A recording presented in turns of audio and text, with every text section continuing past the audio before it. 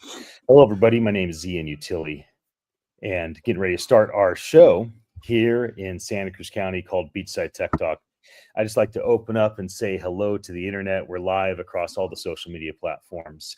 As you'll see in just a moment, I'm here with my brother Dan. My wife's here with me. Riza, there she is. I have Nigel and Ted coming in online. And so we do this every weekday, 11 a.m. Pacific. And today, the topic's all about news and media. So we're going to get going live. But I just want to say hello to all of you before we do that.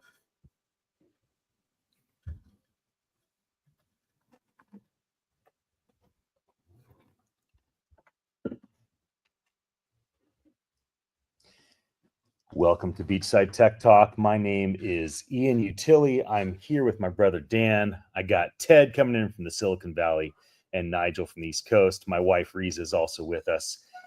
There she is. Our sons are camping for the next few days, so they're not with us today. It's fun to have them. Today's topic is news and media. That's the topic for today. We like to start the first 20 minutes or so on what's happening presently in the news and media sphere of society around automation. There's a new it's an AI company in Santa Cruz County. They're kind of taking a whole new approach to getting news out in real time. So that was a cool update I just found. And of course, there's always a ton of stuff around regulation. Just if you turn on the news in America, you see nothing but constant go back and forth. How do we regulate? How do we do compliance? And so the news and media is giving us their version of things. Obviously, the version that we get from different channels are quite different from one another because they are affiliated with different worldviews. But we try to have a fairly objective view of how things are. Let me say hello to all of my friends that are here with me. Brother Dan. Yo, good day. Happy to be here. Yes, happy Thursday to you. Yeah. It's great to be here on Thursday. The week just seems to mosey right along. And tomorrow's the beginning of your weekend. That's right. So, news and media. News and media. I mean, news and media is very important, right? What is journalism? It was said by, I think, Elon Musk on X, you are the news now. Yeah. During the election. I think that was kind of a on purpose assault against the legacy media. Nigel, what's your take on? Go ahead. Here at the KOMY, I listened briefly for like 5 to 10 minutes yesterday. It was 2 to 4 is a journalism show that they have here with Kelly and Kelly Souza Wednesdays. That was yesterday. And Alexis was dealing with her, so that's cool. I think they're getting some traction, and it seems like things are going well. And I never did a lot of journaling, but be thinking about maybe start doing some stuff. Keep my thoughts down, some notes once in a while, but just when I have a flash of genius or something. But journaling is an awesome thing to do, and it doesn't have to be personally. Whether you tell me stories, there's just a great way to do it with format and expression, emotion. I'm very interested. It's pretty interesting that Superman is a journalist, as Clark Kent. Spider-Man, Peter Parker, is a photographer. Photojournalist. Yeah, but that's what's so interesting. Spider-Man's a photojournalist with in his life. That is an interesting concept that superheroes, what they do as their career, because they're like right at the forefront of what's happening today. Oh well, the bad guy, he just brought me. Go get him. Sorry about that. We're gonna come up, bring you up. How you doing? That's a great catch there, Ian. I never thought about that. The Superman and Spider-Man. That was a profound thought. As I gratuitously share our stream on my channel. The new Superman movie is quite something. It was surprisingly enjoyable in a bunch of ways. I thought. And then Spider-Man's. Go ahead, Ted. Spider-Man is. Well, he's read and he hasn't read. Wow, there's a huge delay. Spider-Man's, conflicts with his boss too. Those exemplify all our challenges. Whether it's Peter Parker or Clark Kent, or it's the news anchor on CNN or the news anchor on Fox or the independent journalist, they're always going to have a problem with their boss, because anyone that's in news and media has a tremendous amount of pressure to keep advertisers happy, to keep from rocking the boat too much, but they also want to be relevant. I think that the whole world of news and media and journalism is definitely challenging.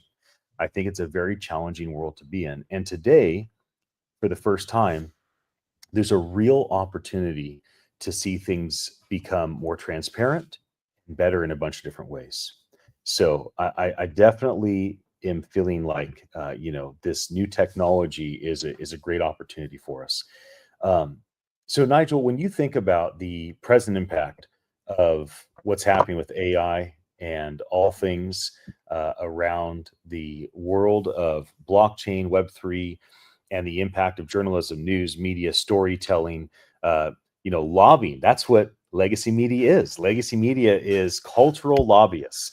They are trying to change our belief system around how we see the world, why we should glorify the Republicans and demonize the Democrats, why we should glorify Biden and demonize Trump, why we should glorify this agenda and demonize this one. And everything is oriented around anxiety and oriented around things that will frustrate you, right? If they can get you to yell at the TV, if they can get you to scream and curse at the TV because you're so pissed at what they just showed you because they set you up and spiked on you, then they keep you engaged and you don't change the channel. You don't go watch a Netflix show. You don't go look at news online because they got you gripped. And that's their rhythm. That's their game. That's what they're about. And so how does tech is shock trauma? So how do we envision positive impact upon news and media with everything going on for automation?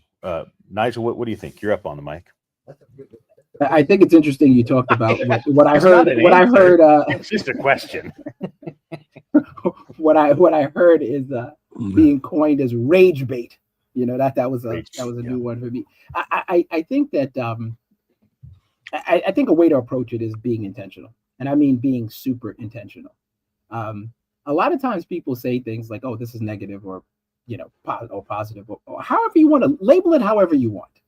I just think that if we ask better questions and we use the technology to understand what's going on, and really dive into how did I come to this conclusion, and why is it negative, I think you're going to start to find some people on the other side of that question getting angry because they don't have an answer. What was your intention for saying that? Like, I don't need to, talk spicy, to a particular person, because I don't like what it is they're saying, and I don't need to be mad at it. I just need to acknowledge that that's an opinion, and it's likely not just their opinion. Other people feel that way. I just don't. I feel like there's such an opportunity in spirited debate that can remain respectful without it being, if you don't see it my way, now I got to pull out a suitcase nuke and take it to another level. We're not like, there's no one size fits all. And particularly in the country that we live in, again, people talk about democracy, but they're mad at people speaking how it is they feel, thinking that they should do it. And then I'm going to capstone this with my favorite one. God doesn't give us for those of you who believe, and I'm not trying to be preachy here, but God says choose, but we're always trying to control other humans. What is that about? And I'll leave it there. Eddie? Well, I love the way you framed legacy media, Ian.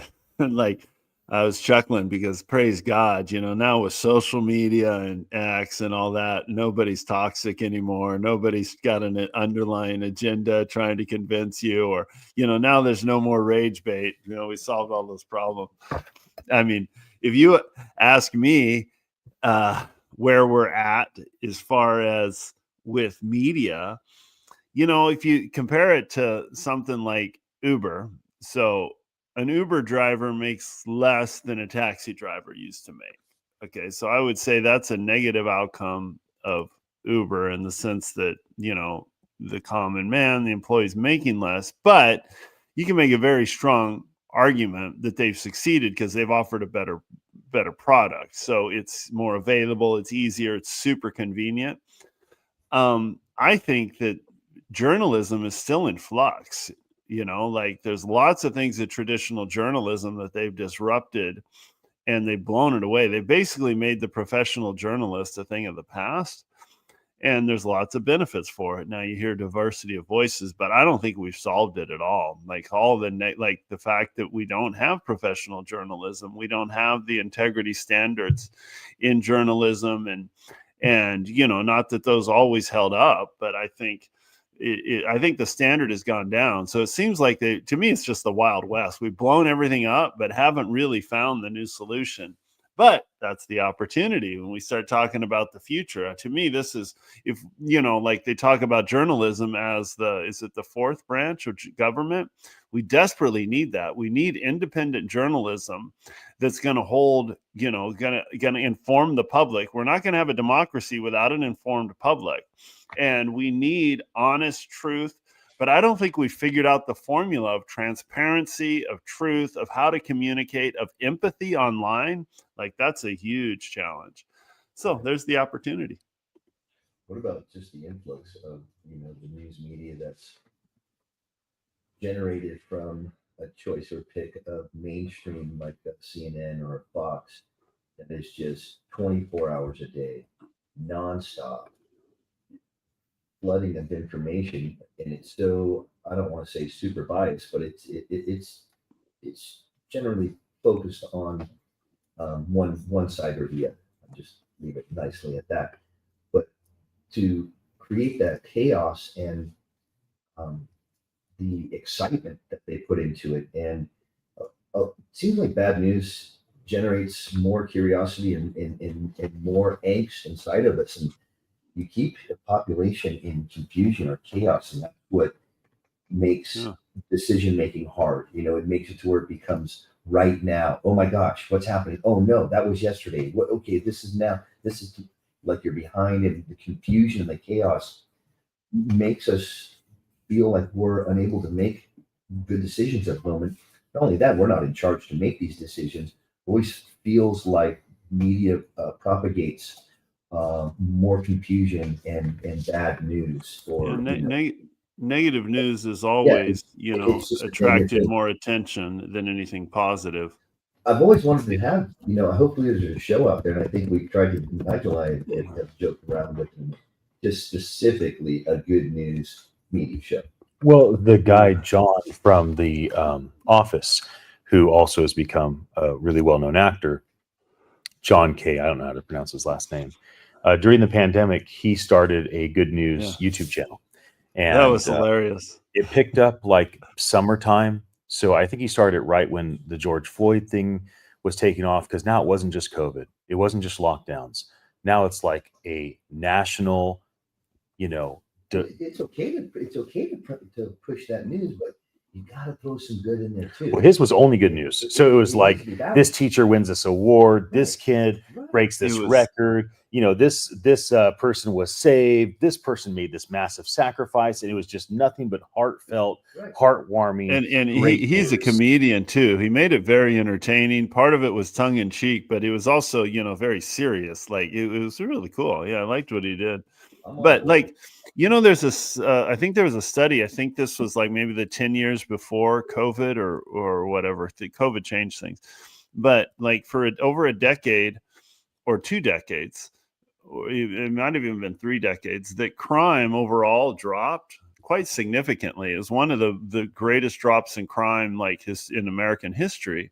But yet over the same period of time, because of media and because of our interconnectedness, the perception and the fear of crime increase. So you have the actual danger going down, but the sense of it increasing, which is tragic, because then in a sense, you also have along with it, like the effects of always being anxious. And you see that upon our young people, mental illness, anxiety, social anxiety, just increase dramatically because they're afraid. And they're living in fear, and it's per their perception of danger, when in reality, they're actually in less danger than, you know, they were 10 years ago, or their older brothers or their parents were.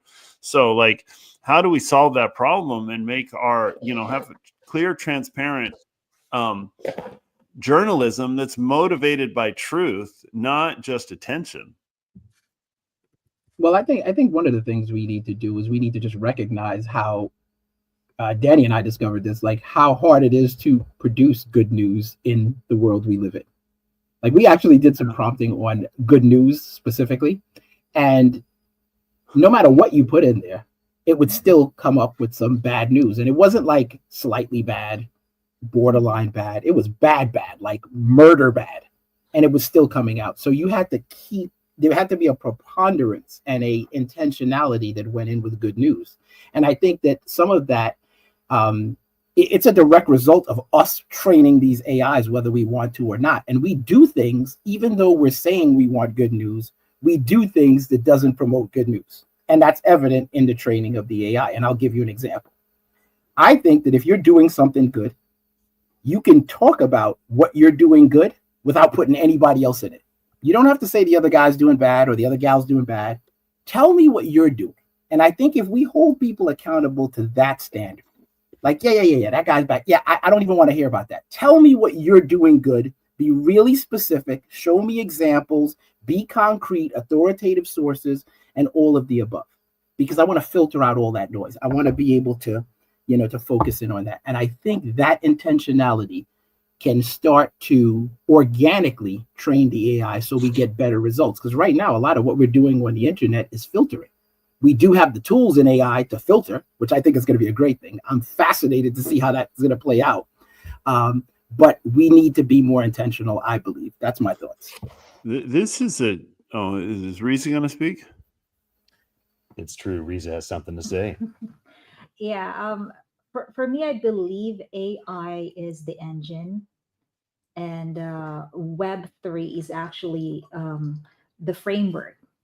And people who are truth-seeking, truth-seeking people must remain the drivers.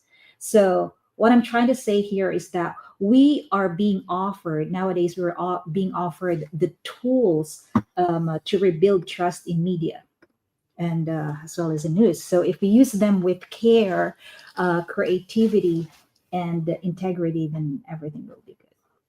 That's beautiful. I loved how you articulated that. We're being given the tools, but it has to, like, this is a core human issue. Do you know, like, that GDP is not correlated to happiness? So a wealthier nation is not happier than a poor nation. But what is it? Relative GDP, like how much everyone's making to each other, is directly related to a nation's happiness. So like if there's a big disparity between the rich and the poor, that nation overall is going to have a lower quotient of happiness.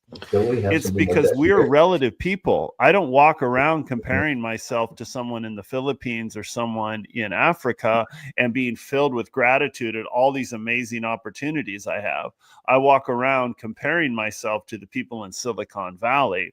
And then we always overemphasize our problems, and, we tend to, say, oh, if only I had that person's Tesla, or if only I had, that house in Los Altos, then I'd be happy. And that's something, we've got to be the drivers to address that. But how much of that belief has to do with news and media telling us that we're part of the 99% that's left out? So I think one of the questions is, would a society be so frustrated with where they're at in life if they were not constantly have it shoved in their face by politicians that were trying to infuriate you because you're the part of the society that got left out, and therefore these are the bad guys?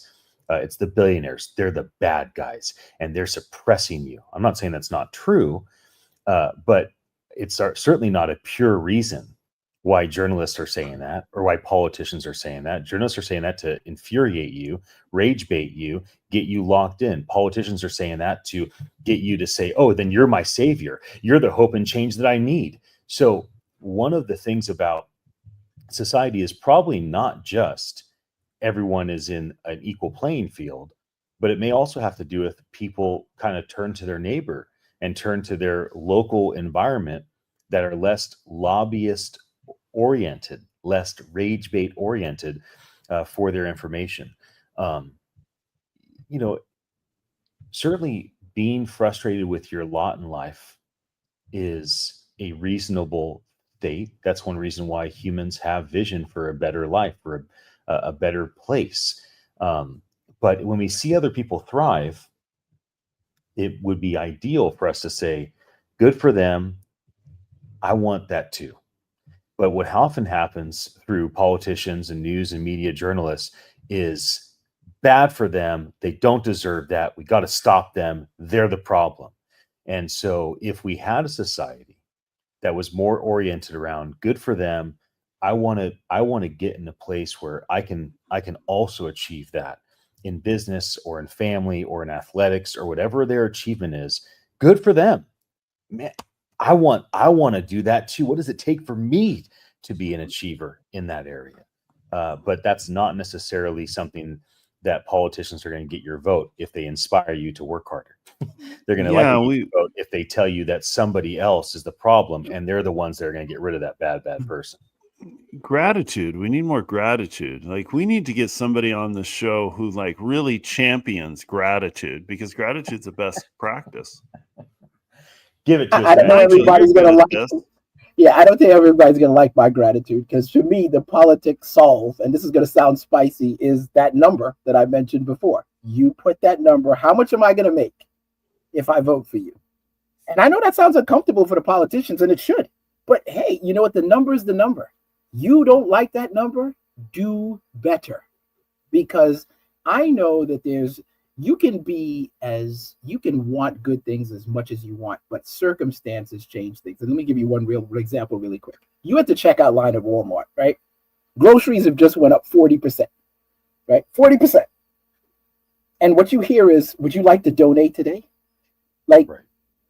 Dude, I'm not trying to donate. I have 40% less growth. Like, are you mad? Like, that's just disrespectful to me. And you could also you could also tip the bagger. Yeah, that too. You know, but then you're like, oh well, I just asked the question. No, it's not just a question. It's an inflammatory statement that you're just not acknowledging. I'm having less food. I have less to eat.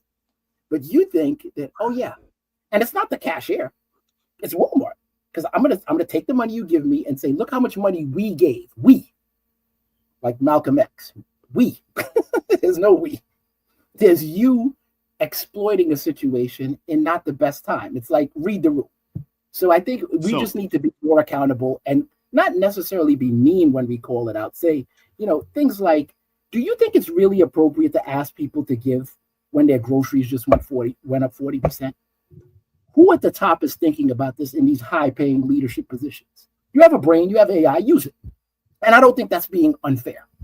But we need to hold ourselves accountable. Well, the solution is to, you know, I don't mind if my groceries go up if my paycheck is going up more than that. That's not the case. You know, yeah, the key is solving that issue, drive groceries down. But about your number, I would actually argue that that's how politics work, but only for the political donor class. Oh, you listen, hear me out. For the political donor class, they do not vote according to your ideologies or anything. They vote because it's an investment. This is how lobbying works, and this is how, you know, the primaries work.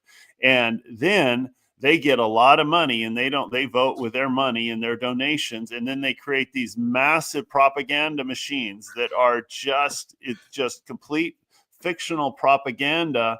And we, as the normal people, you know, go around and are caught up in this whirlwind of these, lots of fiction that's out there, layer and layer of fiction. And we need tools now that are transparent. Then you can keep on chatting with all the party people. We're going to go to commercial break. Thank you, everybody, for joining us. hold that thought. So, internet. We have just talked a bit about the impact of AI and Web3 upon news and media. We are going to transition in just a moment over to discussing future vision, inspiring stuff. If you didn't catch earlier on, I talked about a new company here in Santa Cruz called Newsworthy.ai. That's NEWSWORTHY.ai. They've used AI to transform the way that they do press releases. And so it's always nice to see innovation happening in the local area. Santa Cruz Works had a really exciting forecast about AI's 2025 boom and the sustainability and the way this will impact media. So that's something that you could also look into. Another local one is the Santa Cruz County government. The Board of Supervisors just passed ethical AI usage guidelines to ensure responsible innovation across public services. So these are just local stuff. If you look across the national and the global, a lot of the AI impact on news and media right now and blockchain is like, hey, is this stuff deep fake? It matters. It matters if there's deep fakes that are being pumped out with our politicians. It matters if there's deep fakes being pumped out with entertainers or even with newscasters. If all of a sudden you see one of the top CNN newscasters, one of the top Fox newscasters, and it's showing them saying something that they didn't say. If you saw this, there's a new movie that came out, I think on HBO Max called Mountainhead with Steve Carell. And it's basically these 4 billionaire tech titans that gather together. And they more or less in the story are kind of dealing with the fact that they have so much influence on the world. And it's like one guy built a technology that creates AI fakes, and another guy built a technology that holds AI accountable. And it's like this tension of, well, it's fun to be able to show people things, but then there's real life consequences. So since there are consequences, if somebody creates a fake video of a politician, an entertainer, or a news anchor saying something they would not say, did not say, and the world believes it, then that can spur things, actions. It can spur assassination, right? People all of a sudden want to kill somebody because they see something that's not even true. And so this is something that's very, very present right now and that people are very thoughtful of. So that's a bit about what we've been talking about during the last 25 minutes. We're taking commercial break here at the radio station, but I just want to acknowledge that we have folks that are watching us live across Facebook, LinkedIn, YouTube, X, and Instagram. I want to say hi to all of you. And thank you for joining us. Thank you for your attention. We're about ready to jump back in. There's a lot of super exciting vision for what could happen when it comes to all things around automation for this specific world and this specific industry. And so I do think that there is, ideally something that's very inspiring for all of us to talk about in just a moment. So we're about ready to jump in. I'm going to hear that music cue any moment. So let me reshare the video of Nigel and Ted and Dan. And we're about ready to jump back in, fellas.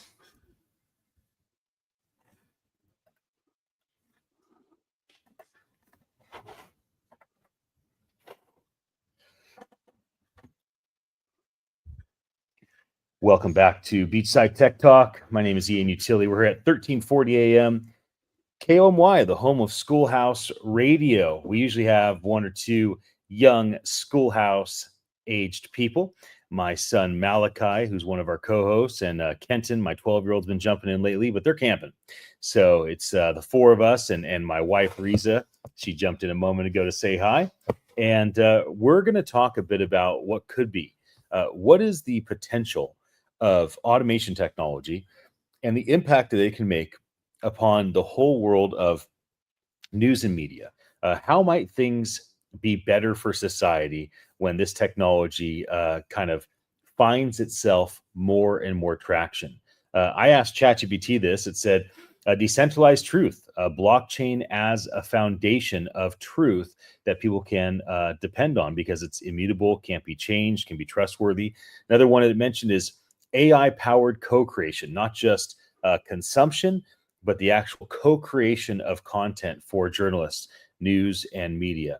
Another thing is tokenized ecosystems for media economics. Imagine anyone involved in telling a story, whether it's the journalist, photographer, whether it's the writer, whether it's the distributor, whether it's the marketer, everyone is being compensated in a fair way because there's tracking.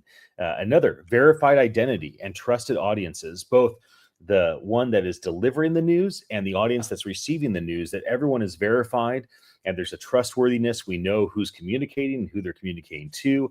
Another is community-led storytelling and governance, right? Community-led governance around how media is being done. I asked the same question to Grok. It said hyper-personalized truth-anchored storytelling. So a lot about truth-anchored storytelling, personalized storytelling, verified storytelling. Another thing is decentralized media ecosystems, gatekeepers to global communities, and finally, wellness-infused media renaissance. What does that look like for there to be a renaissance around media bringing mental health wellness instead of mental health strain? Wouldn't that be amazing if every time our grandchildren tuned in to media channels, to journalist channels, if what they wanted was something that would encourage their soul, something that would give them hope for a brighter future, something that would tell them, something that would inspire them to work harder, to push harder, to run faster, whatever it is, that was something that they had access to. Nigel, our gratitude champion, you're all up on that microphone. I can tell you got something to say, bro. What is it? I love that when the value of the conversation comes out when you're inspired from something that we share as a group and talking about. And as you were talking during our break, it dawned on me when we were all the things we were talking about with accountability and politics. And by the way, Ted, you're right about that thing you said before about how politics works. But here's my thought: I would love to see blockchain be used as a swear jar in terms of content that's not true, fake content, so to speak. Because I think, well, one, it's the cynic in me, call it the New York in me. I just think it would be interesting if someone is found out to do that. They create, like, call it an NFT. I don't know the exact, way to roll this out, but this is the concept. And then let people vote to the tune of the penalty.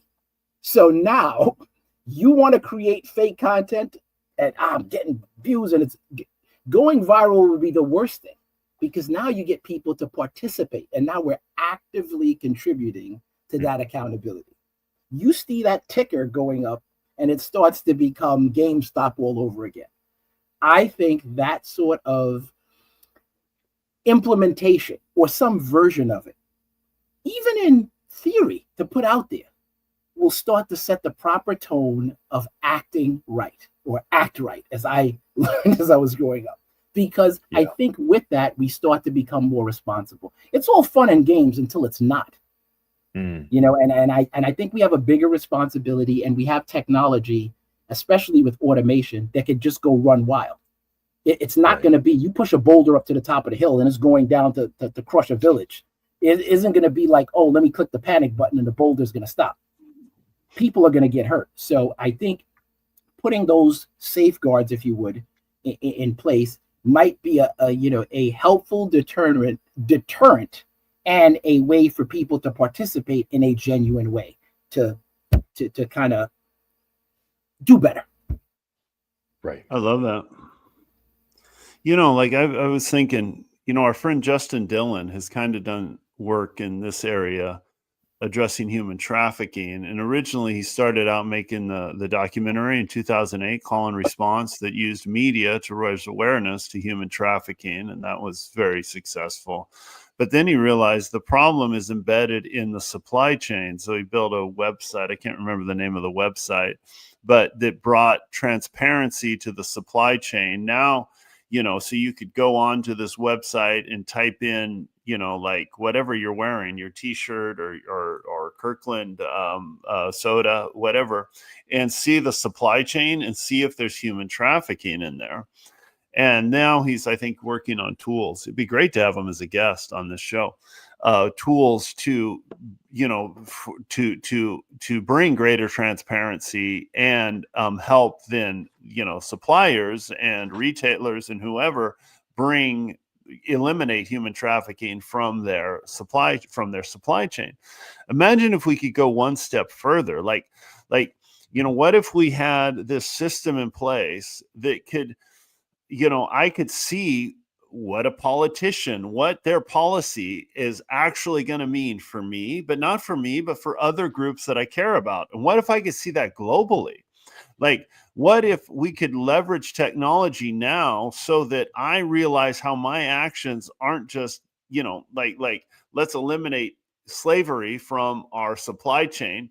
But what if I could really see with transparency that it's not just a narrative. They're not just saying this is free, free trade. This is empowering the farmers, but I could have a more direct connection and know with certainty, wow, this is actually helping develop this country where I'm getting my coffee from. They're actually doing it. And it's not just a narrative that they're saying they're doing it. And I could actually see how it's helping.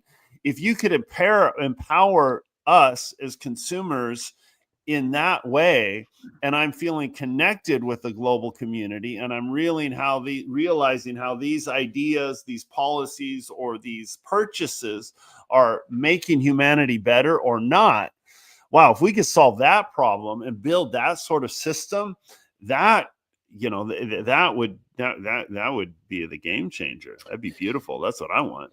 If you look at the sacred scriptures as a way of how you break down motivation, a lot of people think that most of faith is oriented around fear. Go to church, give money, be a good boy, not a bad boy. Then you don't go to hell. You go to heaven. So don't go to hell. That's what you're afraid of. Go to heaven. That's the reward.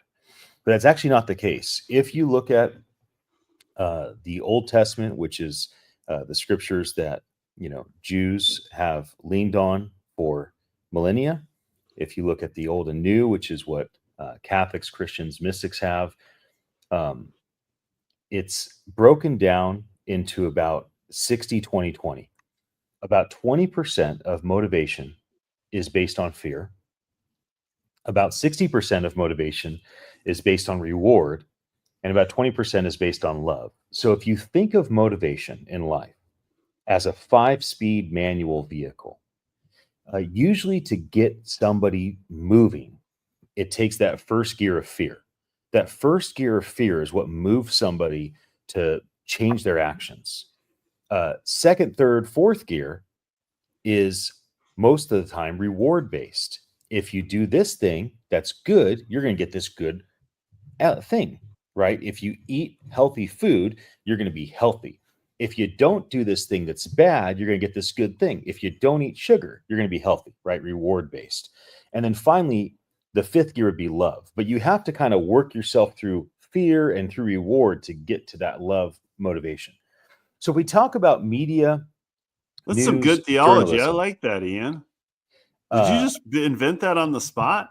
No, not necessarily. It's something I've passed around my head and pulled from other folks. So But you're not quoting somebody else. That's really well framed. I'm going to quote you. You should. In fact, Ted, you can have it. So if you think of motivation in this way and you want to apply AI and Web3 to media and journalism, and we want to talk seriously about Nigel's idea of a swear jar, of something where it's like, hey, if you say a lie through the internet and it goes viral, you have a major fear-based consequence. So not a bad idea. But I would love to see news and media be highly motivated to tell the truth through reward system.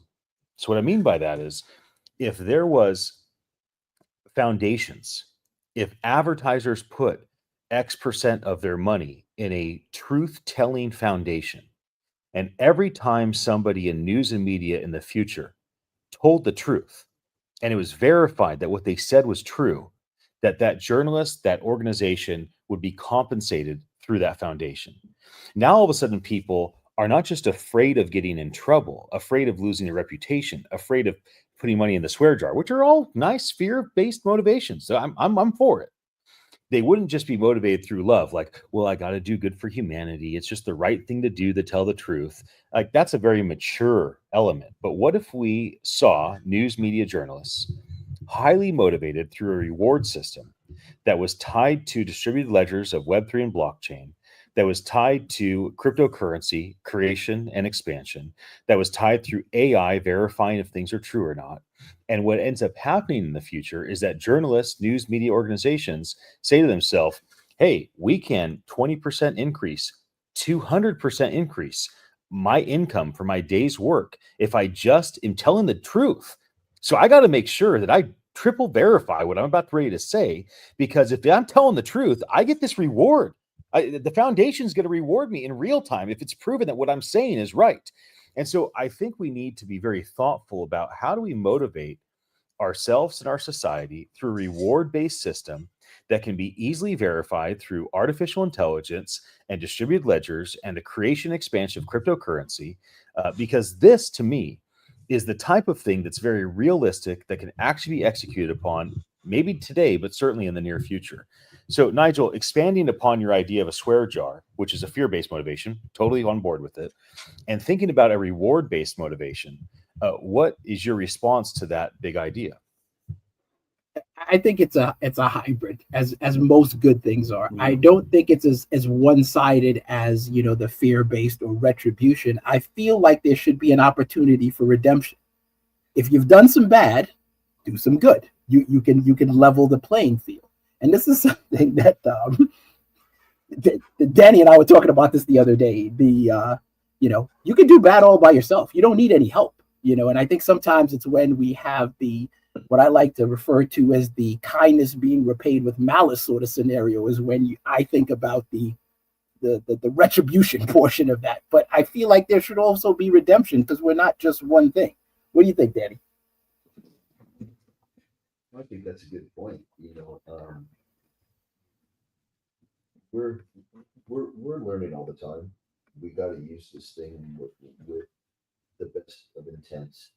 There's um, relatable accountability is or recourse of accountability is what I just took out in the last couple of minutes. You guys talking about that, you know, because all we have to rely on is people's good conscience and their own self good judgment.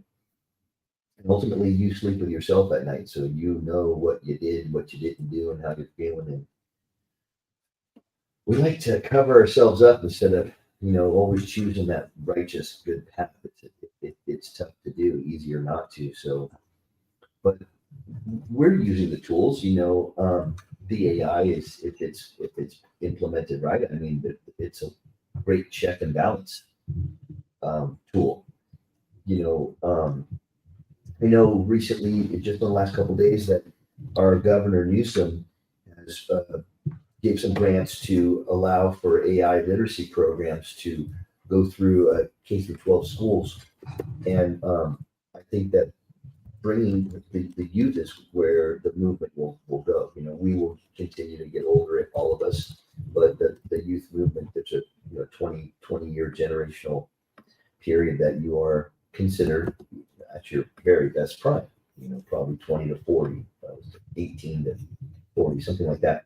But those are the areas that we will make the most growth in. But the amount of accountability, Nigel, to your point, is I'm super optimistic as to where we can go with it, simply for the fact that we can have these conversations.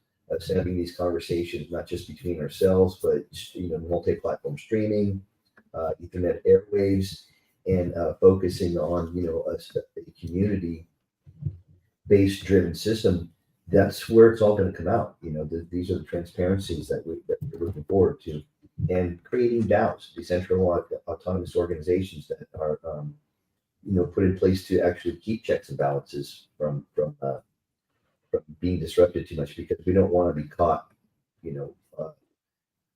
with your pants down, or your hand in the cookie jar, however you want to put it. You don't want to be caught off guard. So we communitize, and we stay focus driven, and we use these tools to enhance the trust that we are trying to build with each other. And with that being said, I think that if that's the impetus of the driving force of where you're trying to go with something, then your community is going to keep you, basically in the right direction, because you have many voices and many thoughts of accountability.